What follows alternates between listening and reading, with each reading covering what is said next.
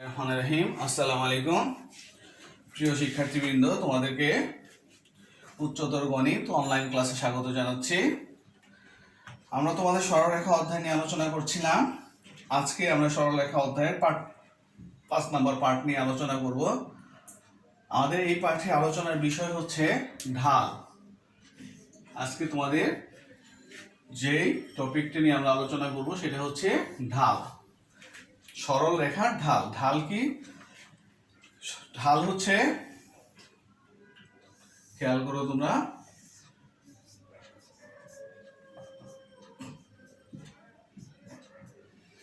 কোন সরলরেখা এক্স অক্ষের ধনাত্মক দিকের সাথে যে কোণ উৎপন্ন করবে তাকে ঢাল বলা হয়। কোন সরলরেখা এক্স অক্ষের ধনাত্মক দিকে যে কোণ উৎপন্ন করবে তাকে ঢাল বলা হয়। যেমন এখানে একটা আমি সরলরেখা অঙ্কন করলাম, এ বি একটা রেখা সরলরেখা অঙ্কন করলাম, এটা এক্স অক্ষের ধনাত্মক দিকে এখানে থিটা কোণ উৎপন্ন করলো। তাহলে এই সরলরেখা ঢাল কি হবে? যে সরলরেখা এক্স অক্ষের ধনাত্মক দিকে যে কোণ উৎপন্ন করে তার ট্যানজেন্ট মানকে বলা হয় ঢাল। তাহলে এটা ঢাল হবে ট্যান থিটা। এই এবি রেখার ঢাল হবে, এবি রেখা ঢাল হবে কি? Tan theta. তাহলে আমরা কি বলতেছি? কোন সরলরেখা এক্স অক্ষের ধনাত্মক দিকের সাথে যে কোণ উৎপন্ন করে তার ট্যানজেন্টকে আমরা বলবো ঢাল। ঢালকে সবসময় প্রকাশ করা হয় কি দ্বারা? ঢালকে প্রকাশ করা হয় এম দ্বারা। ঢালকে কি দ্বারা প্রকাশ করা হয়? স্মল এম দ্বারা প্রকাশ করা হয়। তাহলে আমরা এখানে এম ইজিক্যাল টু কি লিখতে পারি? Tan theta. তার মানে আমরা বুঝতে পারতেছি এই এবি রেখার ঢাল এম ইজিক্যাল টু হচ্ছে ট্যান থিটা। তো এখান থেকে কি বোঝা যাচ্ছে যে এই এবি রেখাটা এক্স অক্ষের ধনাত্মক দিকের সাথে কত ডিগ্রি কোণ উৎপন্ন করেছে? থিটা কোণ উৎপন্ন করেছে। তাহলে এক্স অক্ষের ধনাত্মক দিকের সাথে যে কোণ উৎপন্ন করে সেটাই হচ্ছে ঢাল। এখন দেখো, যদি একটা রেখা এক্স অক্ষের ঋণাত্মক দিকের সাথে ধরো ফাই কোণ উৎপন্ন করলো, তাহলে এটা ঢাল কত হবে? আমরা বলছি এক্স অক্ষের ধনাত্মক দিকের সাথে যে কোণ উৎপন্ন করে তার ট্যান হচ্ছে ঢাল। তাহলে এখানে এক্স অক্ষের ঋণাত্মক দিকের সাথে ফাই কোণ উৎপন্ন করছে, তাহলে এটা ঢাল হবে কত? এটা ঢাল হবে এখানে কত ডিগ্রি কোণ হয়, ধনাত্মক দিকের সাথে কত ডিগ্রি কোণ হয় সেটা আমরা বের করব। তাহলে আমরা জানি এটা হচ্ছে 180 ডিগ্রি। এটা কত? 180 ডিগ্রি। তাহলে এখান থেকে আমরা এই ফাই যদি বাদ দিয়ে দিই তাহলে এই কোণটুক থেকে যায়। তাহলে এই কোণের পরিমাণ কত? 180 ডিগ্রি মাইনাস ফাই। তাহলে এটা ঢাল কত আসবে? এম ইজিক্যাল টু, যদি এটা সিডি হয়, সিডি রেখার ঢাল, এই সিডি রেখার ঢাল কত আসবে? সিডি রেখার ঢাল এম ইজিক্যাল টু কত আসবে? Tan 180 degree minus phi. 180 degree minus phi, এটা হচ্ছে ঢাল। যখন এক্স অক্ষ তোমার কোণের পরিমাণ যদি বলা থাকে যে এক্স অক্ষের ধনাত্মক দিকের সাথে এত ডিগ্রি কোণ উৎপন্ন করছে তার ট্যান বের করবো আমরা। আর যদি দেওয়া থাকে এক্স অক্ষের ঋণাত্মক দিকের সাথে কোণ উৎপন্ন করছে, তখন ধনাত্মক দিকের সাথে কত কোণ উৎপন্ন করে সেটা বের করে তার ট্যানজেন্ট আমাদের বের করতে হবে। এটা হচ্ছে আমাদের পদ্ধতি। এখন দেখো, এই থিটার মান যদি আমরা ধরে নিলাম থিটার মান 45 ডিগ্রি, তার মানে এক্স অক্ষের ধনাত্মক দিকের সাথে এবি কোণ কত ডিগ্রি কোণ উৎপন্ন করছে? এবি রেখাটা 45 ডিগ্রি কোণ উৎপন্ন করছে। তাহলে এবি রেখার ঢাল কত হবে? M equal to tan of 45 degree equal to কত হয়? tan 45 ডিগ্রির মান হচ্ছে 1। তাহলে এই এবি রেখার ঢাল কত? এবি রেখার ঢাল হচ্ছে 1। এবি রেখার ঢাল হচ্ছে 1। তাহলে আমি ঢালকে কোণের tan যে কোনো কোণের ট্যানজেন্ট দিয়ে প্রকাশ করতে পারি, অথবা ওটার মান দিয়ে আমরা প্রকাশ করতে পারি। ট্যান এত ডিগ্রির মান কত হয়? 1 হয়। তাহলে এই এবি রেখার ঢাল হচ্ছে 1। আর যদি এই ফাই এর মান এখানে 45 ডিগ্রি হয় তখন কি হবে? যদি ফাই ইজিক্যাল টু 45 ডিগ্রি হয় তখন আমাদের এই ঢালের মান কত হবে? এম ইজিক্যাল টু, আমরা বলতেছিলাম ট্যান 180 ডিগ্রি মাইনাস 45 ডিগ্রি। তাহলে tan 180 degree minus theta equal to কত? Tan 180 degree minus theta equal to হচ্ছে ট্যান থিটা। এটা তোমাদের জানা থাকার কথা ট্রিগোনোমেট্রি যদি করে থাকো। ইজিক্যাল, তাহলে এম ইজিক্যাল টু হচ্ছে আমাদের -1। তাহলে আমরা এখান থেকে একটা সিদ্ধান্তে আসতে পারি যে কোন সরলরেখা এক্স অক্ষের ধনাত্মক দিকের সাথে যদি সূক্ষ্ম কোণ উৎপন্ন করে তার ঢালের মান হচ্ছে কত? ধনাত্মক। আর কোন সরলরেখা যদি এক্স অক্ষের সাথে স্থূল কোণ, দেখো এখানে স্থূল কোণ উৎপন্ন হয়েছে, স্থূল কোণ উৎপন্ন করে তার ঢালের মান হবে ঋণাত্মক। তাহলে আমরা আবারও বলে দিচ্ছি ঢাল কাকে বলে হয়? কোন সরলরেখা এক্স অক্ষের ধনাত্মক দিকের সাথে যে কোণ উৎপন্ন করে তার ট্যানজেন্ট হচ্ছে তার ওই রেখাটার ঢাল। যেমন এখানে এবি সরলরেখা এক্স অক্ষের সাথে থিটা কোণ উৎপন্ন করছে, তাহলে এটা ঢাল হচ্ছে ট্যান থিটা। আর ঢালকে আমরা সবসময় স্মল এম দ্বারা প্রকাশ করব। আর যদি ঋণাত্মক কোণের পরিমাণ ঋণাত্মক দিকে দেওয়া থাকে যে এত ডিগ্রি কোণ উৎপন্ন করছে এক্স অক্ষের ঋণাত্মক দিকের সাথে, তখন আমরা এক্স অক্ষের ধনাত্মক দিকের সাথে কত ডিগ্রি কোণ উৎপন্ন করে 180 ডিগ্রি থেকে সেটা বিয়োগ করে আমরা বের করে নিব। তাহলে এবং আমরা পরবর্তী কি বললাম, আমরা যে সিদ্ধান্তে আসলাম যে কোনো সরলরেখা এক্স অক্ষের ধনাত্মক দিকের সাথে এক্স অক্ষের সাথে যদি সূক্ষ্ম কোণ উৎপন্ন করে থাকে তাহলে তার ঢাল ধনাত্মক হবে, আর যদি স্থূল কোণ উৎপন্ন করে তার ঢাল হবে ঋণাত্মক। এই একটা অংশ গেল যে কোণের পরিমাণ যদি দেয়া থাকে যে এক্স অক্ষের সাথে কত ডিগ্রি কোণ উৎপন্ন করছে তার ঢাল বের করার পদ্ধতিটা কি। যদি তোমার এখন বলা থাকে যে এক্স অক্ষের সাথে 30 ডিগ্রি কোণ উৎপন্ন করে তাহলে tan 30 ডিগ্রি মান কত তোমরা বের করো, 60 ডিগ্রি দেওয়া থাকে তোমরা বের করো 60 ডিগ্রি মান কত, এভাবে তোমরা ঢাল বের করে নিতে পারবা। এখন আসো পরবর্তী অংশে।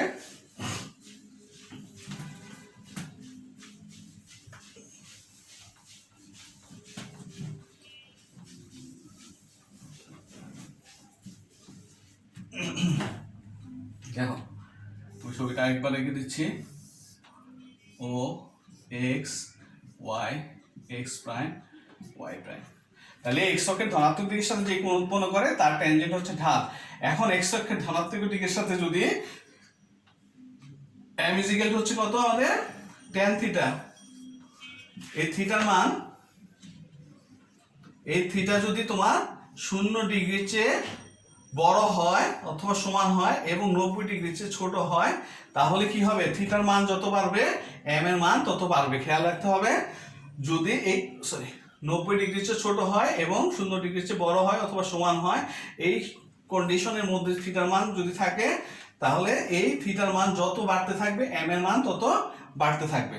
90 ডিগ্রির চেয়ে ছোট অবস্থায় 90 ডিগ্রি ক্রস করবে না, তখন m এর মান কি হবে, থিটার মান বাড়তে থাকলে ঢালের মান বাড়তে থাকে, কোণের পরিমাণ বাড়তে থাকলে ঢালের পরিমাণ বাড়তে থাকে।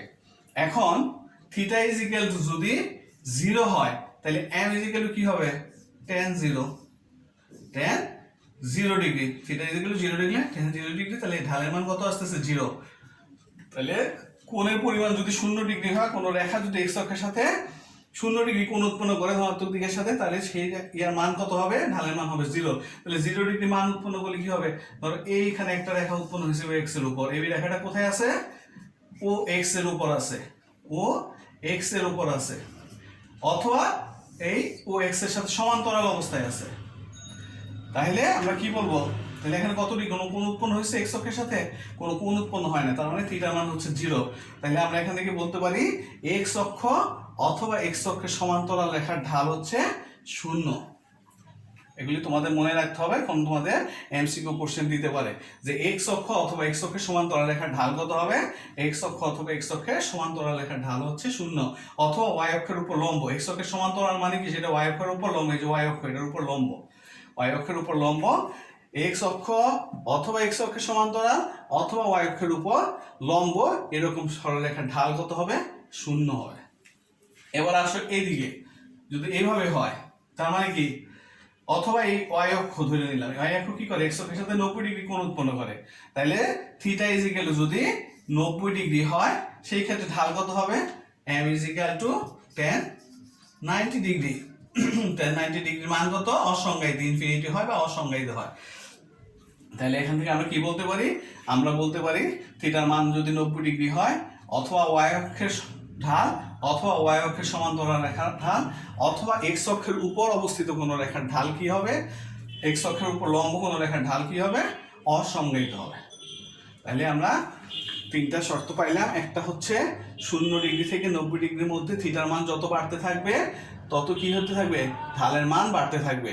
2 নাম্বার কি বললাম আমরা, থিটার মান যদি 0 ডিগ্রি হয় তাহলে সেটা কি হবে, এক্স অক্ষের সমীকরণ হবে অথবা এক্স অক্ষের সমান্তরাল রেখার সমীকরণ হবে।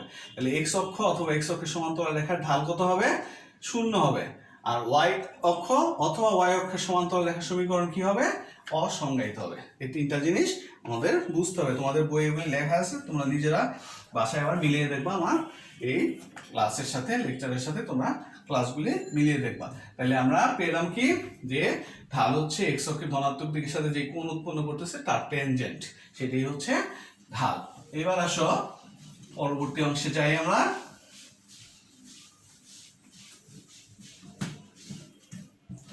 পরবর্তী অংশে কি আছে, দুইটি বিন্দু সংযোগকারী রেখার ঢাল, দুইটি বিন্দুর সংযোগকারী রেখার ঢাল, সংযোগকারী রেখার ঢাল, দুইটা বিন্দু সংযোগকারী রেখার ঢাল। দুইটা বিন্দু সংযোগকারী রেখার ঢাল মানে কি, এখানে দেখো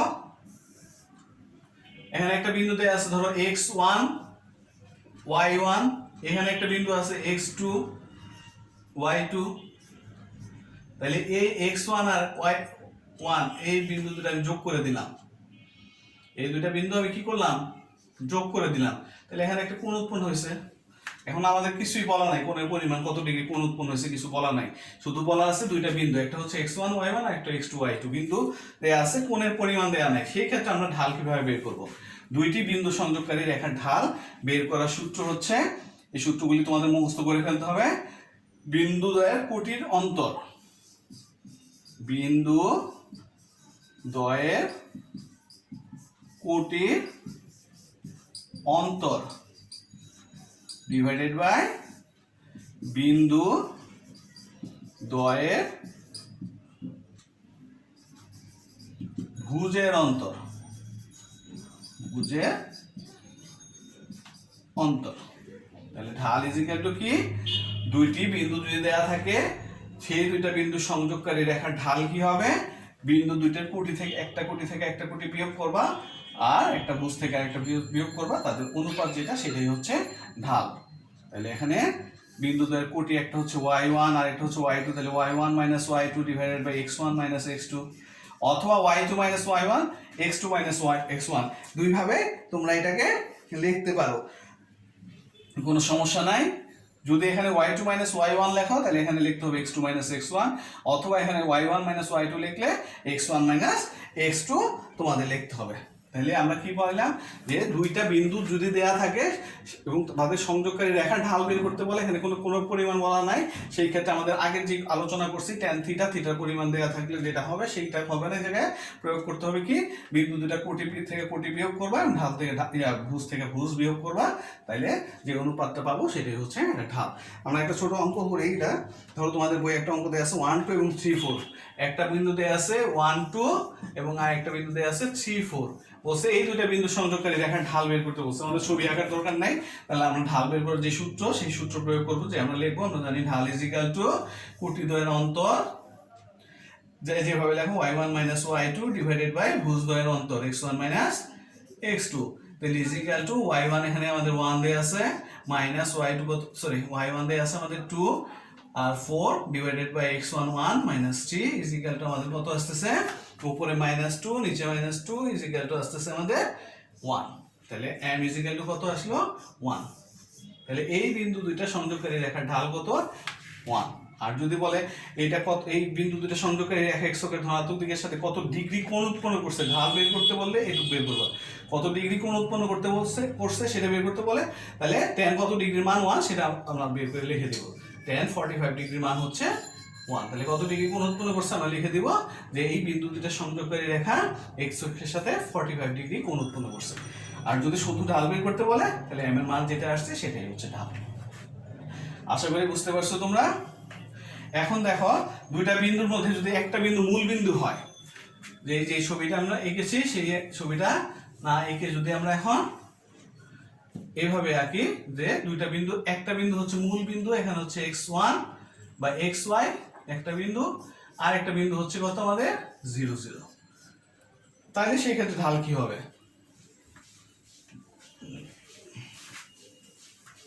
সেই ক্ষেত্রে ঢাল একই সূত্র, আমাদের সূত্র বলতেছে কি কোটি দ্বয়ের অন্তর ডিভাইডেড বাই ভুজ দ্বয়ের অন্তর। তাহলে এখানে কোটি কত, একটা কোটি হচ্ছে m ইজ ইকুয়াল টু, তাহলে একটা কোটি হচ্ছে আমাদের কত y আর একটা কোটি কত 0, ভুজ বিয়োগ ভুজ তাহলে y বাই x।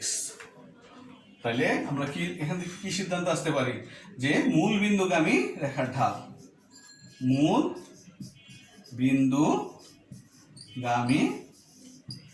রেখা ঢাল ইজ ইকুয়াল টু কত y বাই x, ভুজ বাই কোটি। মূল বিন্দুগামী রেখার ঢাল যদি হয় তাহলে কয়টা বিন্দু, একটা বিন্দু থাকবে, এখন একটা বিন্দু দেয়া থাকবে আর মূল বিন্দু দেয়া থাকবে, সেই ক্ষেত্রে মূল বিন্দু তার দেওয়ার কিছু নাই, মূল বিন্দু মানে 0 0, সেই ক্ষেত্রে ঢাল হচ্ছে কোটি বাই ভুজ। তাহলে এখানে যদি আমাদের একটা দিয়ে দেয় 4C বিন্দু বা 9C বিন্দু এবং মূল বিন্দুগামী রেখার ঢাল কি হবে, তাহলে আমরা কি লিখবো, m is equal to কত, y by x, তাহলে 3/9 is equal to 1/3। m এর মান কত আমাদের এই জায়গায় 1/3, তাহলে ঢাল কত, যে 9C এবং মূল বিন্দুগামী রেখার ঢাল হচ্ছে 1/3। তাহলে আমরা এখান থেকে প্রথম থেকে আবার একটু আলোচনা করি কি কি বললাম আমরা।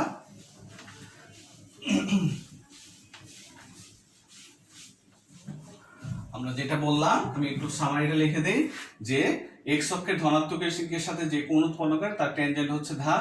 তাহলে এক্স অক্ষের ধনাত্মক দিকের সাথে যদি থিটা কোণ উৎপন্ন করে তাহলে সেটা ঢাল হবে m is equal to tan theta.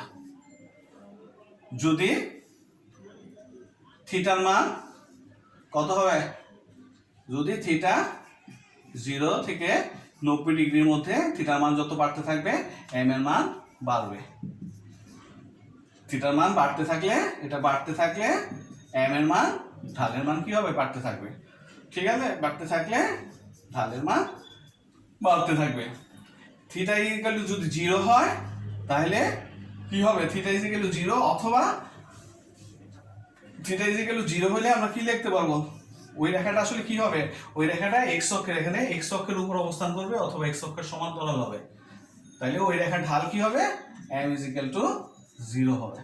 R theta equal two যদি 90 ডিগ্রি হয় তাহলে ওইটা অসংজ্ঞায়িত হবে, ঢাল কি হবে, অসংজ্ঞায়িত